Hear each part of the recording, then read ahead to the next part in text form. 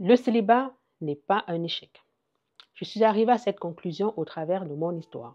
Je me suis aperçue que le célibat reste un échec lorsqu'on se trouve dans une certaine case du célibat. Mais quand on réussit à passer de l'autre côté, ça devient plutôt une réussite. Je vais vous faire voir pourquoi est-ce que je suis arrivée à cette conclusion au travers de mon histoire.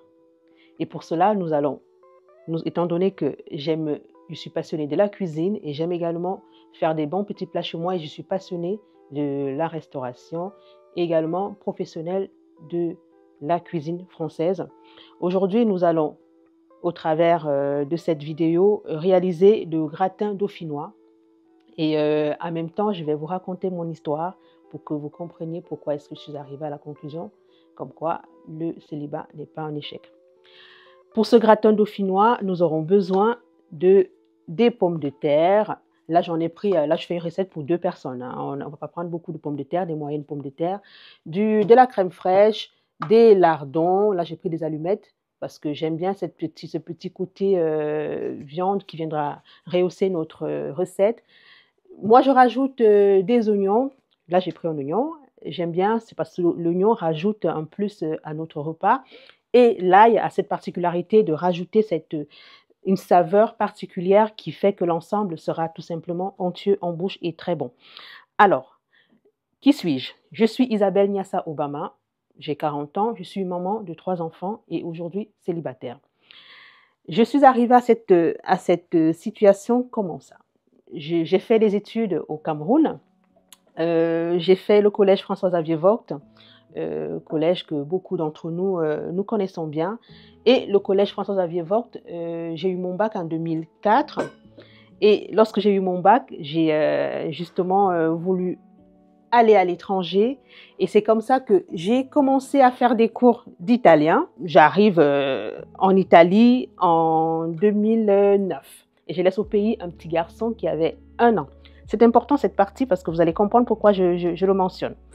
Alors, j'arrive en Italie, ne connaissant pas grand-chose de l'Italie, j'arrive là tout fraîchement du Cameroun, je ne connais rien de l'Italie, je n'ai personne, j'arrive là, sauf que j'habitais à 2 heures de l'université.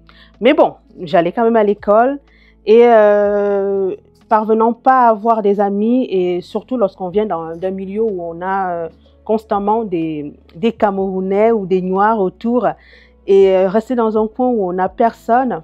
Alors là, j'ai oublié de mettre de l'eau. Il me faut un grand bol d'eau, sinon mes pommes de terre vont s'oxyder. Les pommes de terre, lorsqu'on les épluche, il ne faut pas oublier de les mettre directement dans de l'eau. Sinon, après, ils s'oxydent. Donc, au contact de l'air, ça commence à noircir. Donc, c'est pour ça que je les mets dans de l'eau directement. Alors, l'université, je continue mon université, mais sauf que je m'ennuie, voilà, je me sens très seule. Une amie me met en contact avec une famille en ensemble de communautés camerounaises qui vivaient au sud de l'Italie. C'est comme ça que j'ai fait la rencontre de celui qui aujourd'hui est devenu mon ex et qui est le père de mes enfants. Donc, voilà, au bout de quelques temps, parfait amour, déjà je fais sa connaissance, parfait amour, tout va bien. Et en Italie, c'était en 2011, fin 2011, il y a eu une période de séisme, d'énormes séismes au sud de l'Italie. Et vu que j'habitais là où je vivais toute seule, je vivais dans un énorme château, c'était avec des moines, mais qui n'étaient pas très souvent là, donc je me retrouvais très souvent à la maison toute seule. Et ayant réfléchi au fait que j'habitais là, je devais aller à la fac 2 heures de temps, ne parvenant pas à trouver du travail, c'est comme ça avec mon ex à l'époque, on s'est dit pourquoi pas aller en France. Voilà comment est-ce que j'arrive en France. J'arrive en France, la vie est tout autre chose, une réalité complètement différente. Ça fait du bien parce qu'on voit des Noirs. Enfin, ça fait plaisir parce qu'on ne se rend pas compte de la chance qu'on a de voir au moins un avec ses yeux. Ça fait plaisir. Donc voilà, j'arrive là, je sens que je suis enceinte. Dans une toute autre réalité, Au départ, c'était tonton va nous accueillir, on va pouvoir rester là, il n'y a pas de souci. Mais sauf que tonton ne peut pas nous accueillir voilà. Ça fait que on reste là, on n'a pas grand-chose à faire de la journée. Euh, Juste trouver moyen d'accueillir l'enfant qui est en train d'arriver. Donc, c'est comme ça que en France, il faut aller à l'hôpital, il faut subvenir aux besoins de l'enfant qui va venir. Sauf que c'est compliqué, c'est vraiment compliqué parce que tout est complètement nouveau. Il faut trouver du travail. Moi, je ne pouvais pas travailler, j'étais enceinte, donc c'est comme ça que je m'occupe d'attendre la venue de l'enfant. Et là, je fais connaissance du social que je ne connaissais pas avant. Il faut aller au social, il faut faire pitié pour pouvoir avoir un peu, mais là, j'étais vraiment dans le besoin. J'ai ramassé, ramassé même le reste de, comment dire, lorsqu'il y a des marchés, je suis allée dans ces marchés récupérer les restes des marchands qui ne pouvaient pas revendre et qui étaient obligés de poser là pour la poubelle, on va dire entre guillemets la poubelle. Donc j'ai ramassé ça avec des dames qui étaient là, donc on le faisait tout le temps. Et c'est comme ça que nous avons de quoi manger tous les jours. Et voilà, les journées passaient tranquillement. Et à ce moment-là, j'étais en train de m'inquiéter parce que n'ayant pas de travail, ne pouvant pas demander à ma famille de m'envoyer de l'argent depuis le pays, ça, ils pouvaient le faire, mais je ne voulais pas. Je ne voulais pas parce que mes frères aussi, mes frères et sœurs qui sont au pays, il fallait bien qu'eux aussi puissent bénéficier de ce qu'il y avait pour les autres. En échangeant avec mon ex, à un moment donné, je lui dis, mais bouge-toi, vas-y, trouve-toi du travail, fais quelque chose. Et moi, j'essaie de me renseigner sur comment est-ce qu'on peut trouver du travail en France sans avoir des titres de séjour. Et je suis tombée sur Pôle emploi. Pôle emploi, je suis allée me renseigner à Pôle emploi. On me dit non, il faut que les personnes aient des titres de séjour. Après, maintenant, on m'a parlé du Bon Coin. Le Bon Coin, on m'a dit, voilà, sur le Bon Coin, tout le monde peut mettre son annonce. Et c'est comme ça que je lui ai dit, OK, on m'a dit qu'il y avait, le Bon Coin. N'oublions pas que lorsqu'on arrive en Europe, il y a des personnes sur le terrain qui peuvent nous aider, nous renseigner, c'est encore plus facile. Mais lorsqu'on se retrouve tout seul à devoir se renseigner, ça et là, c'est un peu plus compliqué. Donc, c'est comme ça que je tombe sur le Bon Coin. Je mets son annonce comme quoi, voilà, il peut travailler, il est disponible et voilà.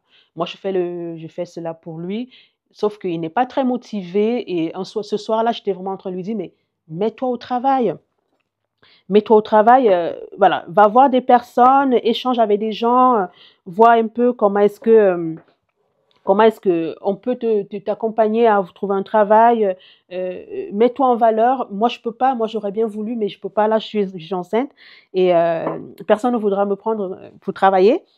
Et c'est comme ça qu'en échangeant, ça l'a énervé en fait.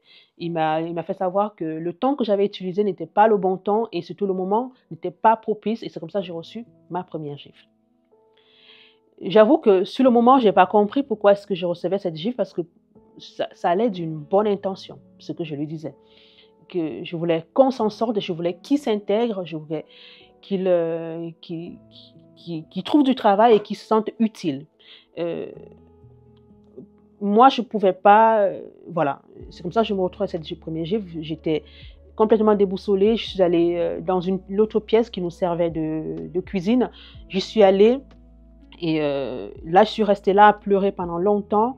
Et pendant que je pleurais, je me suis dit que très souvent, on dit à la jeune fille, quand ça arrive, c'est pas grave, ça veut dire que c'est toi qui as fait l'erreur. Donc, je suis retournée m'excuser.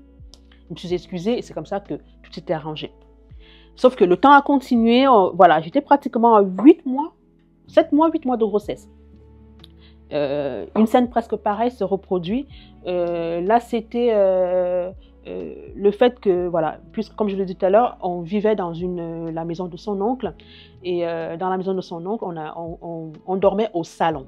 Et comme on dormait au salon, on avait un lit gonflable sur lequel on dormait, qui s'était même percé, qui s'était percé et qui a commencé à faire sortir le l'air. Donc, du coup, c'était une femme de 8 mois, enceinte.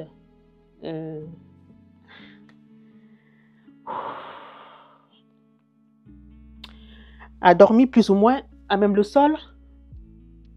Et C'est comme ça que je lui ai dit, OK, il faut qu'on trouve un moyen d'avoir un matelas pour dormir dessus. Et je lui avais parlé d'un matelas que j'avais aperçu dans la ville, dans la rue, dans notre quartier, pas loin, une personne qui l'avait jeté. Excusez-moi.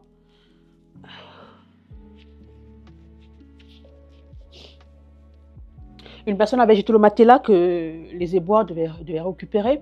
Et c'est comme ça que je lui ai dit, j'ai vu ce matelas, alors le chercher. Il ne voulait pas qu'on aille le chercher parce que sa dignité, voilà. Et j'ai tellement insisté, c'est là où j'ai reçu la deuxième gifle. Et là, directement, je me suis dit, ça ne vaut pas la peine que je continue de vivre. J'ai vécu que du difficile en Italie. Je suis arrivée en France, je vis que du difficile. J'arrive pas à comprendre. Je me suis dit, bah, ça ne sert plus à rien que je reste dans ce monde. Et c'est comme ça que l'idée m'est venue d'aller me jeter du haut du balcon. Lui, il a eu la présence d'esprit d'appeler les pompiers qui sont venus rapidement également parce qu'il leur avait dit justement que j'étais une femme enceinte de 8 mois. Ils sont arrivés rapidement et quand ils sont arrivés, ils m'ont trouvé là et c'est eux qui m'ont convaincu de ne pas sauter et je suis partie avec eux à l'hôpital. J'ai fait 2 jours à l'hôpital, oui, 2 jours. Et à l'hôpital, j'ai eu droit à une série de questions. J'ai eu droit à un interrogatoire vraiment poussé par une psychologue qu'on m'a mis en contact avec cette psychologue parce que moi, pour dire vrai, je n'avais pas d'émotion en tant que telle. J'avais l'impression que j'étais vide. Je me sentais complètement vide. Ou c'était comme si j'avais la vie de quelqu'un d'autre, mais moi-même, je n'existais pas en fait. Je répondais à ces questions, les questions de la dame, de façon mécanique, juste comme ça, mais sans vraiment avoir besoin de porter plainte parce qu'il m'a demandé de porter plainte. Je n'ai pas porté plainte.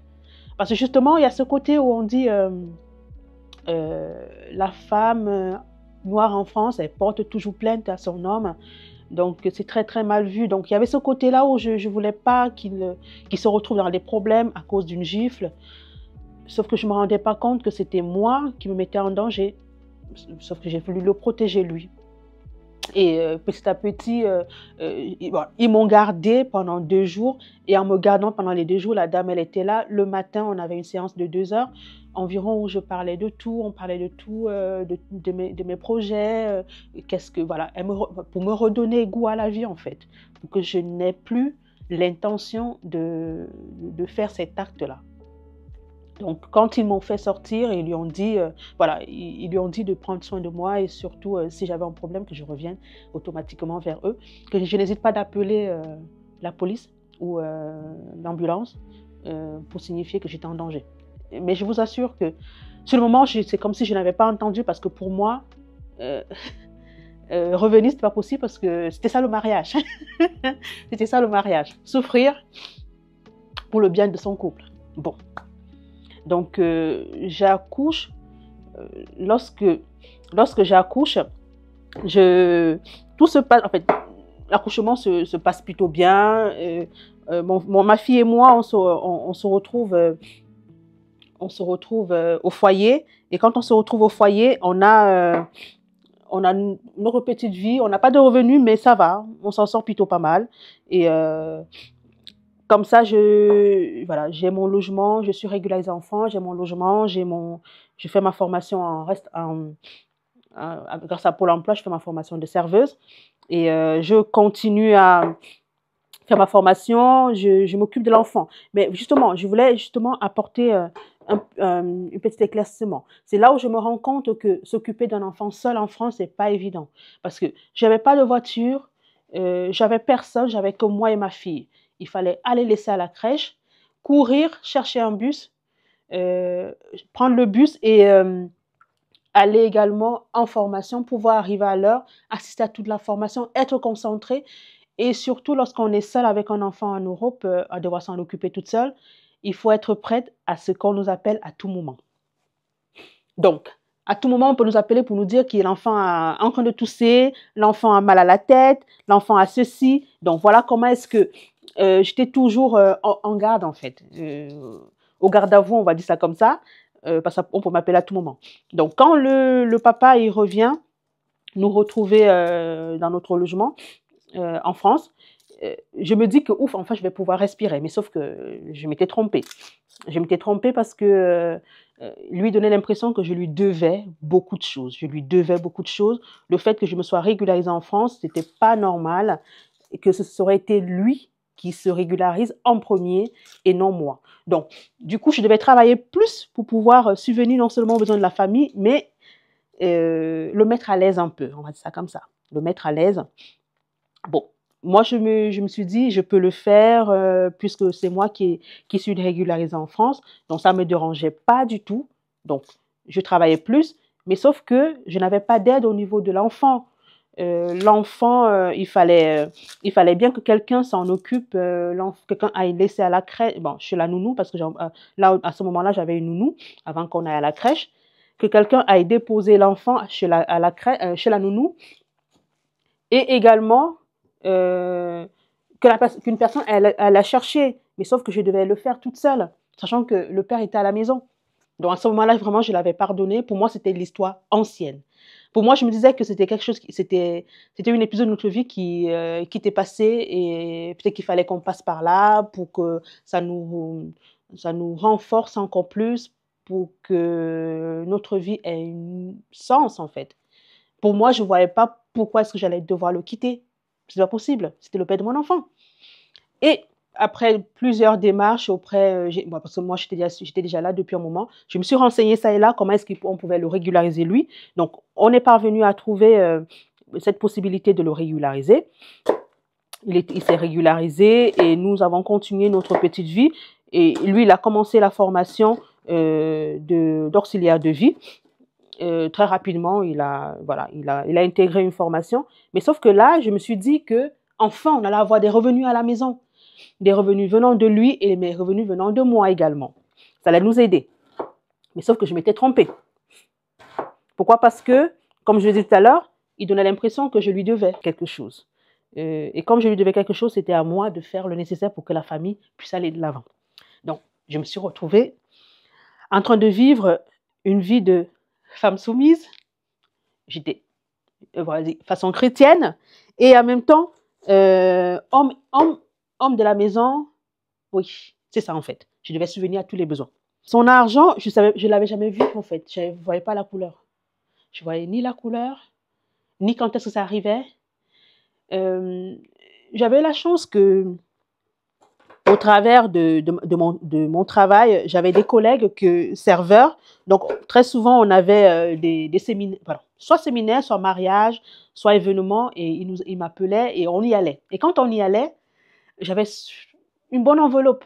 Sauf que quand l'enveloppe arrivait, les problèmes qui allaient avec arrivaient aussi. Donc, c'était soit j'ai tel problème, il faut résoudre, il faut, voilà. Et je me disais, j'ai de l'argent sous la main, c'est pour la famille. Je sortais de l'argent, je donnais. Après, on s'est dit que ça ne sert à rien qu'on continue à souffrir alors que lui, il a un permis. Donc, il peut conduire en France. J'ai réussi à réunir, pour une première fois, j'ai réussi à réunir 500 euros. C'est comme ça qu'avec 500 euros, il a acheté une voiture. Cette voiture nous a quand même, elle nous a aidés pendant 1 an. J'avais de plus en plus, je pouvais aller faire mes courses, il m'accompagnait, voilà. Mais moi, je n'avais pas de permis. Et c'est comme ça que l'envie de faire le permis m'est venue. Je me suis inscrite à l'auto-école. Il a payé, je crois, une ou 2 fois. Je ne me rappelle pas du montant, mais il a payé quand même. Et là où j'ai eu mon code, là, quand j'ai commencé la conduite, il n'était plus partant. J'ai dû prendre la relève toute seule. Parce que moi, ça me tenait à cœur, il fallait que je finisse mon permis. Bon. Maintenant, on n'avait plus de véhicule 1 an après, il fallait acheter une deuxième voiture. C'est là où lui, il a sorti son argent, il a acheté un véhicule. Malheureusement, le véhicule a mis juste, on l'a eu juste pour 2 jours. 2 jours après, le véhicule était épave. Donc, il a réussi à rassembler un peu plus d'argent pour acheter un autre véhicule. Voilà. Et là, entre-temps, j'étais déjà enceinte de notre deuxième. Et dans la relation, j'ai commencé à me demander qu'est-ce que je faisais là. Vraiment, c'est... Mes enfants, quand je les fais très souvent, je les programme, en fait. On va pas programmer, on va dire que la nature fait des choses, Dieu fait ses choses, mais ayant toujours eu des grossesses avec accouchement césarienne, mes enfants, ils ont un écart entre 4 et 5 ans. Donc, notre fille, elle avait environ 5 ans, 4 ans. C'est comme ça qu'elle a... on a eu notre deuxième enfant, on a décidé de faire notre deuxième enfant. Et pendant que j'étais enceinte, j'ai commencé à me demander, mais qu'est-ce que je fais là? Pourquoi je me suis mis avec cet homme? Est-ce que, quelque part, je ne suis pas en train de m'embourber dans une relation parce que c'est lui qui était là au moment où je voulais me mettre en couple, alors que je n'ai pas regardé autre part? Je pouvais bien regarder autre part. Ce questionnement arrive pourquoi? Parce que je lui avais déjà dit qu'il était inadmissible qu'une femme soit obligée de subvenir aux besoins complets de toute sa famille avec un homme qui travaille. Parce qu'en ce moment, il travaillait déjà. Je lui ai dit, c'est pas normal. Pour moi, c'est inconcevable puisque je commençais à regarder autour de moi. Je commençais à voir des copines qui se mariaient et je voyais leur façon de fonctionner. Je me suis dit, c'est pas normal que je sois obligée de payer la maison, le manger, parfois le carburant, la nounou, des activités à l'école, accompagner l'enfant à l'école, aller récupérer. Pour moi, c'est moi qui faisais tout en fait. Et je me suis dit, mais est-ce une punition? C'est pas normal que je vive cette vie en fait. Mais malheureusement, je ne vais pas dire malheureusement, j'étais déjà enceinte de notre deuxième. J'étais déjà enceinte. Bizarre. Et c'est à ce moment que je me dis peut-être que c'était peut-être les hormones qui m'ont amené à réfléchir aussi, hein? On sait jamais, peut-être les hormones. Et par la suite,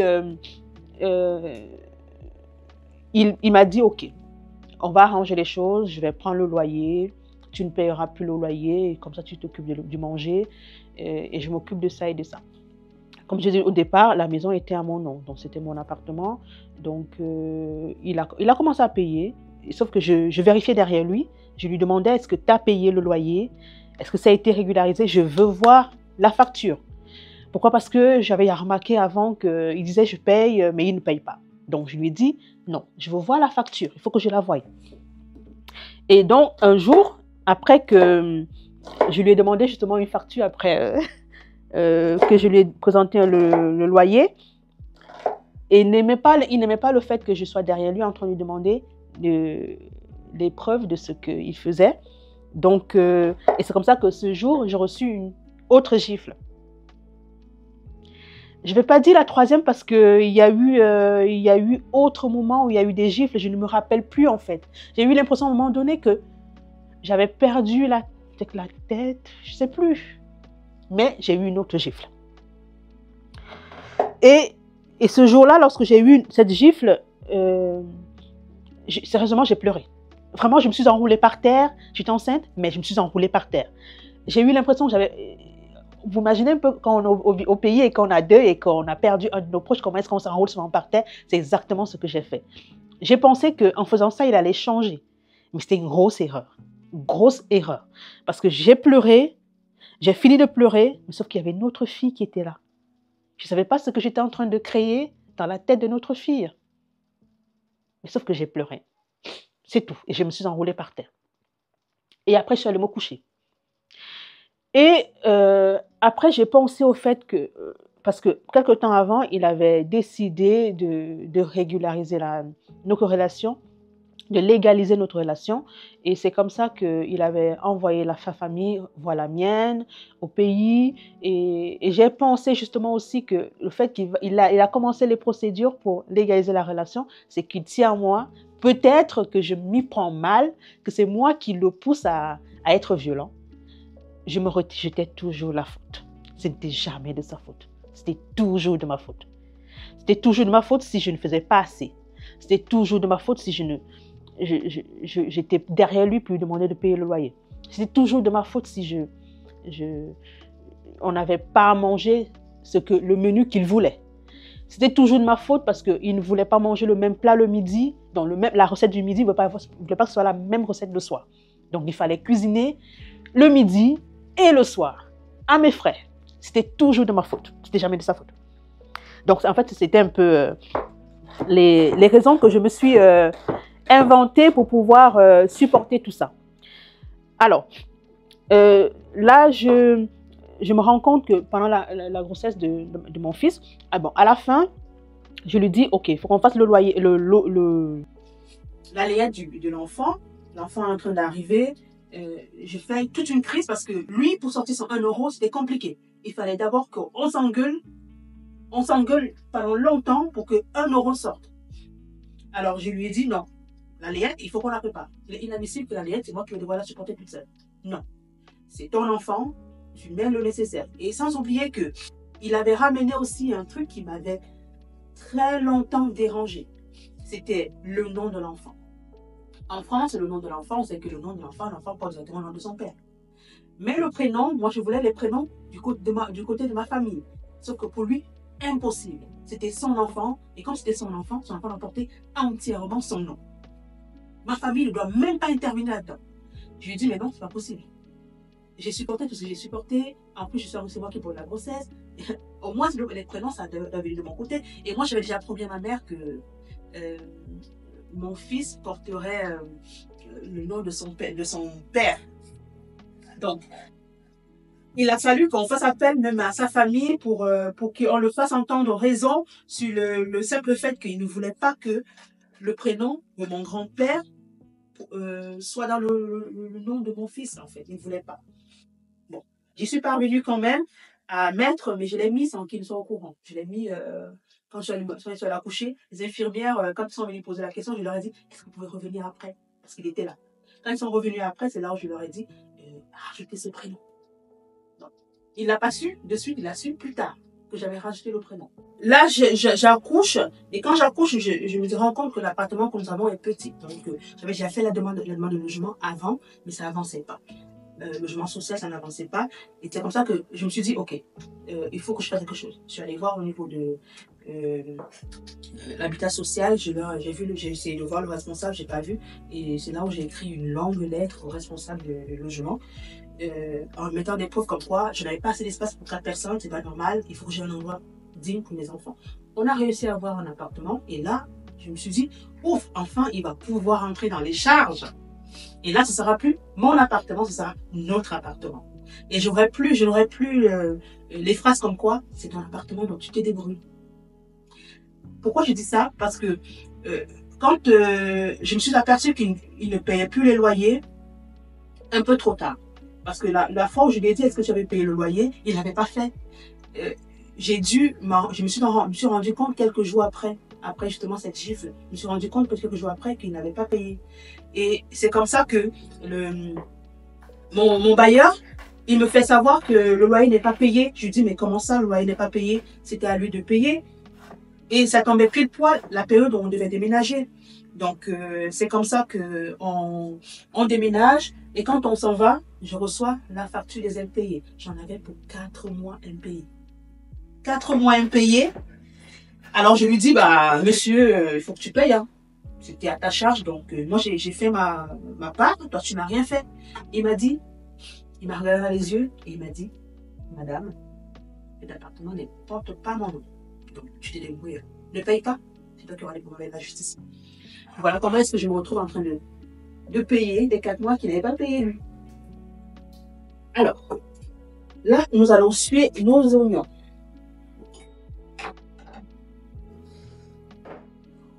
Ok. Donc, et on arrive dans cet nouvel appartement. N'oublions pas qu'il y a la caution à donner. Je me porte encore garante.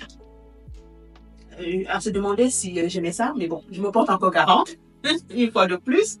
Et premier loyer, je crois qu'il avait mis sa part, il avait mis sa quote-part aussi dans le premier loyer. Donc, je me retrouve, voilà, à donner mon chèque et tout le tralala pour avoir notre nouvel appartement. Et là, on aménage. Et quand on aménage, je reçois sa famille, puisque sa famille avait invité sa famille. Ils sont venus à la maison. Je leur fais part de tout ce que j'endure parce que je commençais déjà à me fatiguer en fait. Et c'est à partir de ce moment que j'ai commencé à penser à la séparation. Bien sûr qu'avant, je n'y pensais pas du tout.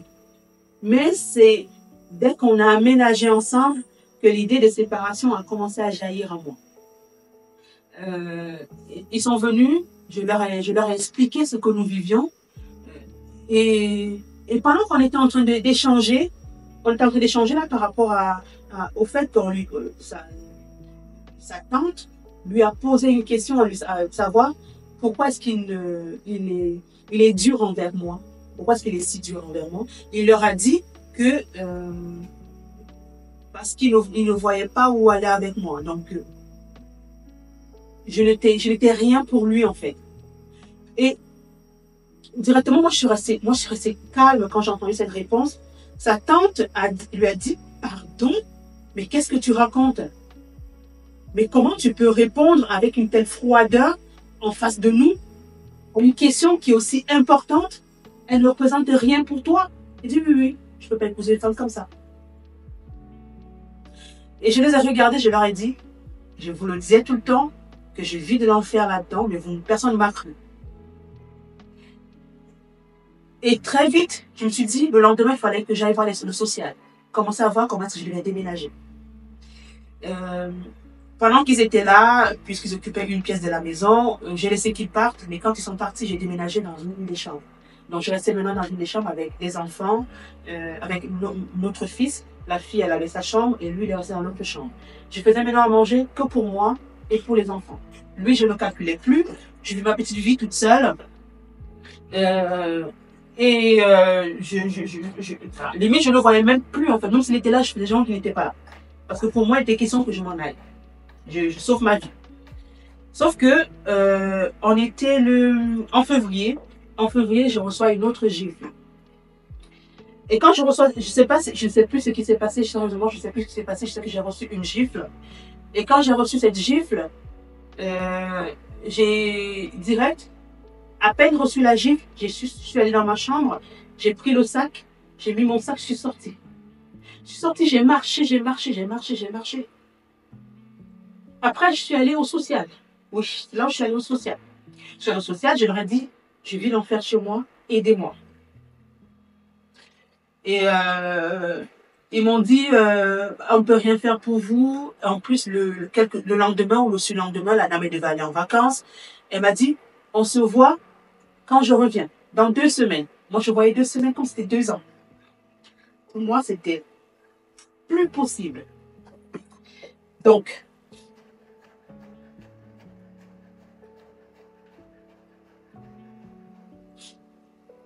c'est comme ça que je retourne à la maison et parce qu'elle m'avait dit, faites profil bas pendant tout ce temps et nous, on va prendre le dossier en main. Je suis retournée à la maison, je suis restée tranquille dans mon coin. Je ne lui parle pas, je m'occupe des enfants, je ne travaillais pas, je m'occupe des enfants, je commence à réfléchir sur la possibilité de partir. Parce que là, je me suis rendu compte qu'il fallait impérativement que je m'en aille. Mais où? Avec 2 enfants. Il fallait trouver où aller avec 2 enfants. Donc c'est comme ça que un jour, là nous étions vraiment le 7 mars 2018. Ce 7 mars, j'étais assise au salon en train de me coiffer. J'avais pris l'habitude de me coiffer depuis l'Italie. J'étais en train de me coiffer au salon en regardant un film. Et là, comme j'ai dit tout à l'heure, j'avais aménagé dans la chambre à côté et j'avais mis tous mes effets. J'avais vraiment tout enlevé dans la chambre commune. J'ai mis dans ma chambre, dans la chambre d'à côté. Et pendant que j'étais en train de me coiffer, il arrive, tout énervé. Il me demande qui a pris mes fiches de paye. Je lui dis, mais tu parles de quoi? Je ne sais pas. Je ne sais pas de quoi tu me parles. Et là, il insiste, si tu as pris mes fiches de paye, tu me les rends. Je dis, je n'ai rien touché. Je n'ai même pas touché tes affaires. Après, il part dans la chambre, il revient. Quand il revient, il vient devant moi. J'ai juste vu le réflexe de mettre les mains comme ça. J'ai reçu un coup de poing là, au niveau de la bouche. Donc, il est passé par le bas et je l'ai reçu au niveau de la bouche. J'ai commencé à pleurer. J'ai pris mon téléphone, j'ai appelé la police. Ce fut la première fois que j'appelais la police. Et là, j'ai appelé la police. Ils m'ont dit qu'ils arrivaient. Je les ai indiqué où j'habitais. Ils ont dit qu'ils arrivaient. Par la suite, je suis allée dans la chambre. J'ai d'abord fait la photo. J'ai fait des photos. Et pendant comme je pleurais, les enfants, mon fils, ma fille est arrivée. Mon fils était encore bébé. Ma fille est arrivée. Et quand elle est arrivée, elle me dit, mais maman, qu'est-ce qui t'est arrivé? Il dit, maman s'est cognée. Je disais à ma fille, t'inquiète pas, c'est rien. Là, je me suis vite essuyée pour qu'elle ne me voie pas dans cet état parce que non seulement j'avais eu je m'étais blessée, il y avait du sang partout sur ma bouche et sur le vêtement que je portais et je pleurais. Voilà. J'ai fait la photo au cas où. Et cette même photo, je n'ai même pas hésité, j'ai envoyé à tous les membres de sa famille. Parce qu'avant, ils ne me croyaient pas. Et là, je me suis dit, il faut que je leur montre ce que j'endure. Et là, je suis envoyée à ma mère. J'ai attendu la police qui n'est jamais venue. Et directement, je me suis dit que si je restais là, c'est compliqué. Nous habitons dans un immeuble qui nous sommes au 12e étage. Est-ce qu'il peut me jeter au travers de la fenêtre? Ma vie en dépend. C'est là où je me suis dit, il faut que je sorte de là. J'ai appelé les pompiers à ce moment-là. Je leur ai indiqué où j'étais, pardon. Et heureusement, ils sont arrivés.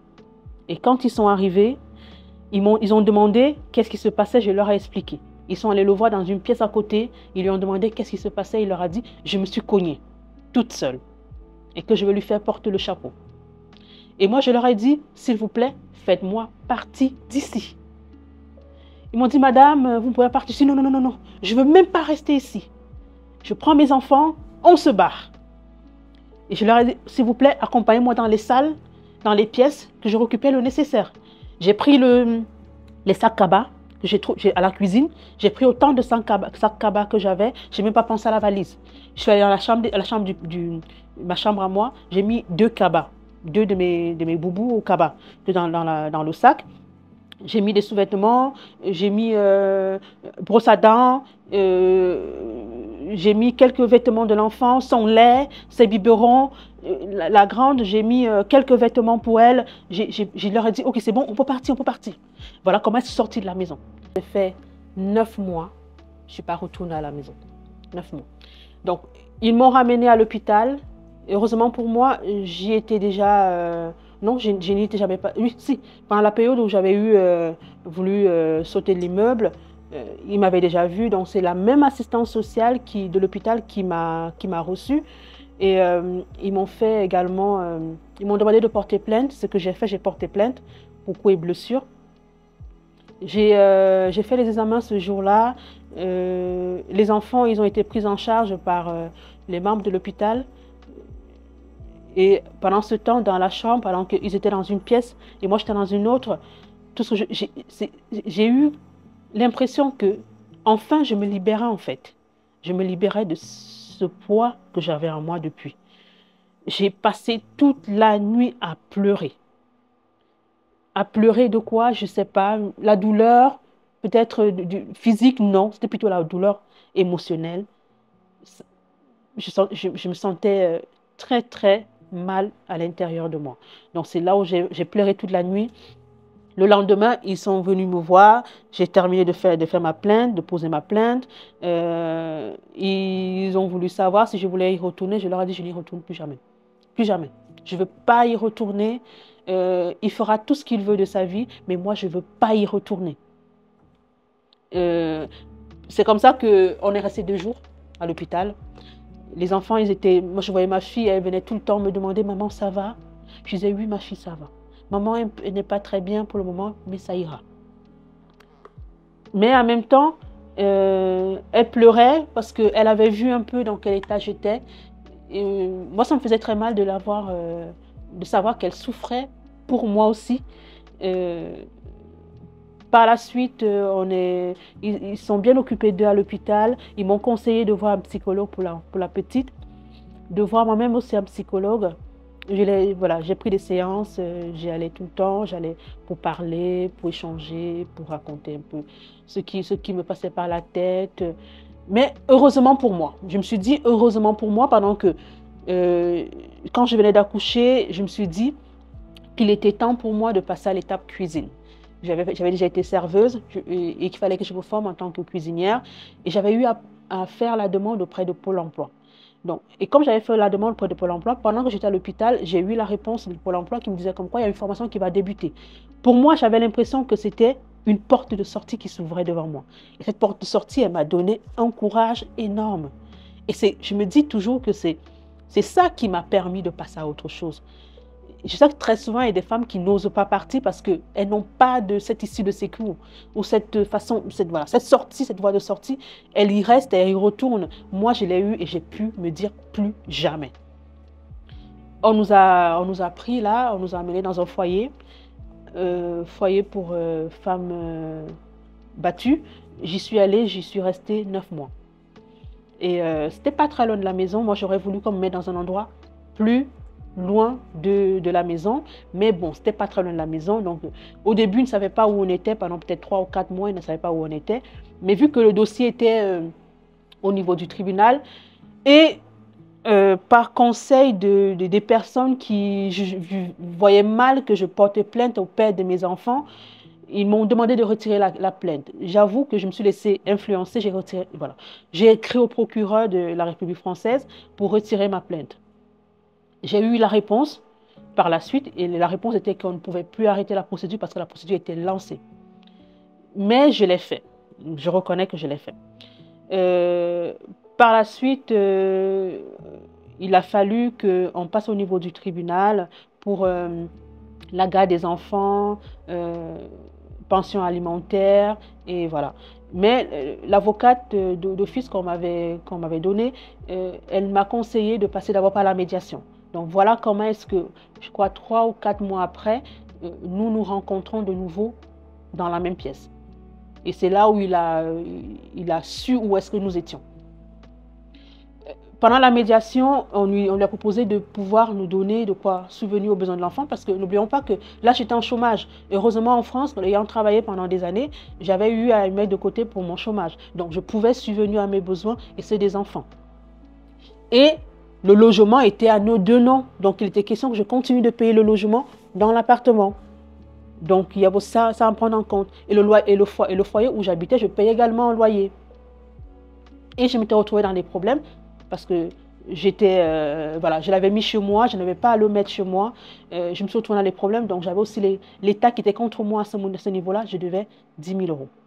Plus les amendes qui s'élevaient à 1 000, 2 000, voilà. Donc, j'avais pratiquement 11 000 euros à rembourser. Mais tout cela ne m'a pas découragée parce que j'aurais pu dire, ok, je rentre, mais j'ai continué à rester dans le foyer. Donc, à la médiation, on me demande comment je veux qu'il subvienne aux besoins des enfants. Lui ne voulait pas nous donner de l'argent. Et comme il ne voulait pas nous donner de l'argent, moi je lui ai proposé de faire des courses, de nous les ramener. Et il a fait des courses. Une semaine après, il a fait des courses. J'ai fait une liste, je lui ai renvoyé. Il a fait des courses et il nous a ramené les courses. Et ce jour-là, c'est là où commença mon autre calvaire. Il n'était pas question, pour lui, il n'était pas concevable que je le quitte. Jamais. Et c'est là où j'ai commencé à me rendre compte de la pression qu'on peut vivre après avoir quitté une personne qui a une emprise sur nous. Parce que je suis descendue du foyer, je suis allée le retrouver au parking, parce qu'il y avait un parking un peu plus loin, je lui avais indiqué un parking un peu plus loin. Il est là-bas. Je suis descendue du foyer sans les enfants. Je n'ai pas voulu que les enfants viennent. J'ai récupéré les courses, j'ai juste dit bonjour. Il m'a remis les sacs, j'ai tourné le dos, je suis partie. Et sauf qu'en partant, il m'a demandé où sont les enfants. Je n'ai pas répondu, je suis partie. J'ai reçu 30 minutes après, j'ai reçu un message de sa part avec une de mes photos en tenue d'Adam et Ève, où il me disait, je vais te publier sur les réseaux sociaux. Bon, je lui ai dit, allez-y monsieur, vous faites comme vous voulez. Et comme c'était la période où il y avait beaucoup de stars qui étaient publiées sur les réseaux, je lui ai dit, ça pourrait peut-être être pas comme ça que je vais pouvoir avoir de la notoriété également. Et je lui ai laissé la possibilité de pouvoir faire cela. Et je n'ai pas hésité d'aller également, de retourner voir la police pour reporter plainte. Et là, justement, je prenais cette habitude de porter plainte, ce que je ne faisais pas avant. Je suis partie, j'ai porté plainte. Et la première plainte que j'avais déjà faite, que j'avais retirée, même malgré le fait que j'avais retiré, on a été reçu. On a été reçu pour ça, pour qu'il puisse nous dire, il puisse expliquer pourquoi est-ce qu'il avait porté main sur moi et tout le tralala. On a été reçu, pendant qu'on était reçu, on était assis, il était assis là, moi j'étais assise là. La dame policière, elle était juste en face de nous. On posait des questions, je répondais, il répondait. Et comme je répondais aux questions, automatiquement, il me dit, j'ai vu, il a commencé à me griffer parce qu'on me posait des questions pour savoir est-ce que c'était la première fois qu'il me giflait. Il m'a griffé, genre, en me faisant un clin d'œil. J'ai dit, mais arrête de me toucher. Arrête de me toucher. Donc là, il aurait voulu que je mente, mais sauf que en mentant, c'est vrai, je l'aurais protégé lui, mais est-ce que je m'aurais protégé moi? La question était là. Toutes les années que je l'ai protégé, ça m'a apporté quoi? Donc, j'ai fait ma plainte, j'ai posé ma plainte. On a été entendus ce jour-là. Et lui, il a été retenu. Moi, je suis rentrée. On a passé au tribunal. Nous sommes arrivés au tribunal. Au tribunal, on a fait la demande. J'ai fait la demande de la pension alimentaire et la garde des enfants. Lui, il s'était remis rapidement en couple. Hein. Bon, voilà. Des années plus tard, je me suis rendu compte qu'il était déjà en couple avec celle-là. En ce moment où je subissais tout ce que je subissais. C'était sa collègue. Donc, j'étais déjà ensemble, puisque même dans l'appartement, à peine j'étais partie, elle était entrée dans la maison. Et là, c'est les enfants qui m'ont fait savoir hein, qu'elle était entrée directement. Et c'est au tribunal que je découvre, en fait, qu'elle était enceinte de leur premier enfant. C'est au tribunal. Mais cela ne m'a pas empêché de faire ma demande, puisque même la pension alimentaire, il ne voulait pas donner. Lui, il avait dit 0 €. Il avait bien signifié, il donnerait 0 € pour les enfants. Mais grâce à l'avocat, on a réussi à avoir pas grand-chose. Ça suffit à peine pour une semaine, mais bon, c'était déjà ça. C'était déjà ça.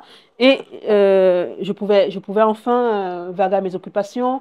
Et lui, il devait venir chercher les enfants un week-end sur 2 et les mercredis, parce qu'il avait voulu les prendre les mercredis. Vu qu'il ne travaillait pas les mercredis, les enfants n'avaient pas école le mercredi aussi. Donc voilà comment est-ce que tout a été mis en place. Mais ça a été mis de façon écrite, mais de façon... dans la réalité, ce n'était pas ça. J'avais commencé ma formation, heureusement, en restauration, en cuisine. J'ai eu des personnes formidables sur mon chemin. Vraiment, dès le moment où j'ai commencé ma formation, j'ai eu l'impression que des personnes que je rencontrais étaient tellement bien avec moi. Bien avec moi. À l'école de formation, j'ai expliqué ma situation au formateur.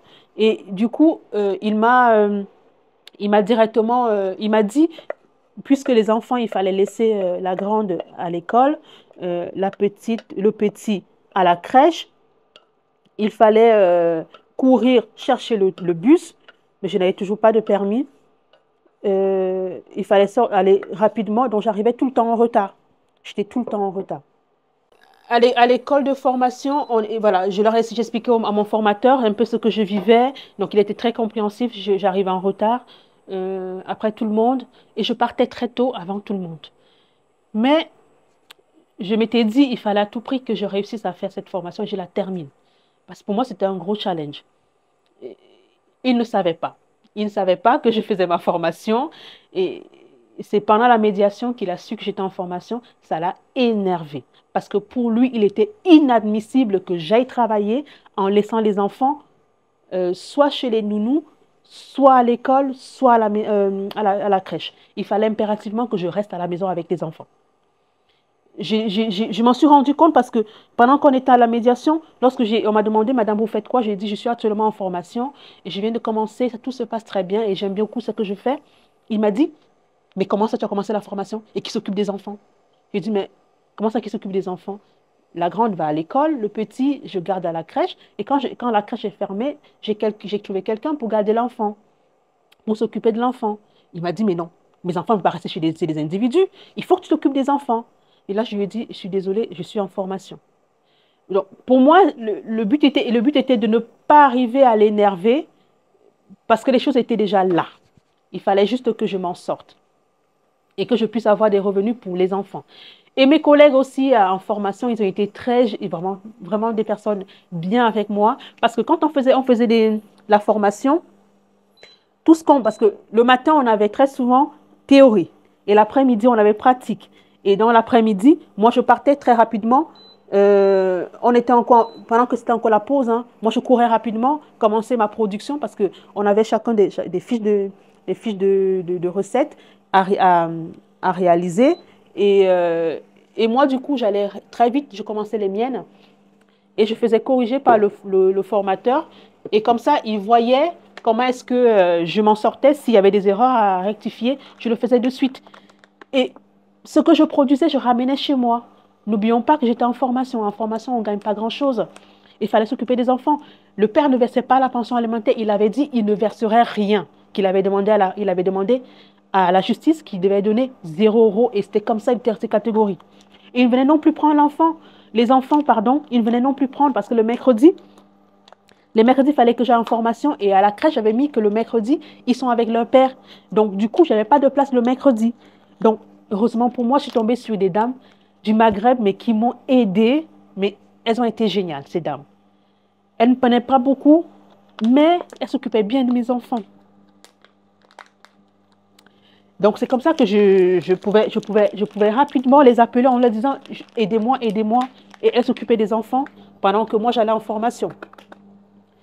Et en formation, je ramenais toujours mon manger. Je ramenais ma nourriture, ce que j'avais fait, je ramenais. Parfois, j'avais même ce que les collègues ont fait. Je ramenais également à la maison.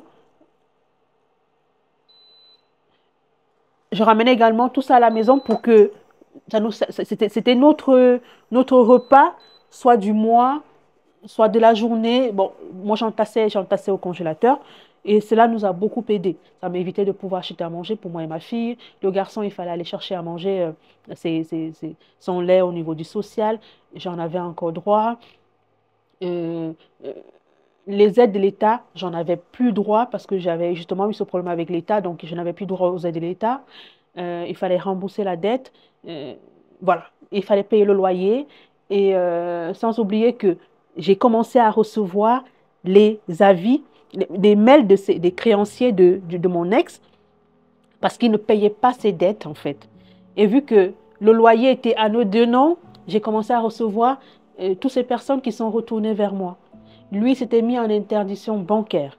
Donc il ne pouvait payer personne, ni ses prêts à la consommation qu'il avait pris dans des banques, il ne pouvait plus payer. Ni le loyer parce que 9 mois après, je me suis aperçu qu'il avait fait 9 mois, il n'avait pas payé le loyer. Donc, il fallait que je paye. Les enfants, il fallait prendre soin des enfants, c'était à ma charge. Il fallait... mes déplacements, c'était à ma charge. En fait, tout était à ma charge. Tout était à ma charge. Et je découvrais au fil du temps, je découvrais des nouveaux créanciers, je découvrais tout le monde. Voilà, ça me tombait à la tête tout le temps. Il suffisait que j'ouvre mon mail, je tombais sur quelque chose de nouveau. Je recevais des courriers. J'allais au social pour me plaindre, personne n'arrivait à m'aider. C'est là où j'ai connu les services sociaux de mon quartier. J'avais un dossier là-bas. Les services sociaux de l'hôpital, j'avais un dossier là-bas. Services sociaux du tribunal, j'avais un dossier là-bas. Services sociaux de la police, j'avais un dossier là-bas. J'avais un dossier dans tous ces différents services sociaux. Mais au tribunal, personne n'a pu m'aider. Personne. Ils ne sont même pas levé leurs petits doigts. Ils m'ont dit, madame, on ne peut pas vous aider. Vous allez devoir vous battre tout seul. Donc, j'ai dû aller au tribunal avec mon avocat et avec le peu d'informations que j'avais. Il n'y avait que ma parole. Je n'avais rien d'autre. Je n'avais rien d'autre. Donc, j'aurais pu arrêter ou me laisser aller, comme certaines personnes le font souvent. Il y a des femmes qui arrivent au niveau où elles ne peuvent plus parce qu'elles n'ont pas la force d'aller au-delà. Moi, étant au foyer, j'avais remarqué quelque chose. J'avais décidé de laisser tomber l'appartement où nous étions parce que justement, j'avais pas envie de payer ces loyers. Et n'oublions pas que l'ancien logement, je payais encore les loyers qu'ils n'avaient pas payés. Hein. Il y a aussi ça. Donc, je me rappelle, je sais même pas, je peux pas vous dire le nombre exact, le montant exact à la fin combien je payais, mais je sais que j'en avais plein à payer et j'ai juste pas voulu m'asseoir et commencer à calculer combien. J'ai essayé au maximum de diminuer au quotidien, de diminuer avec le peu que j'avais.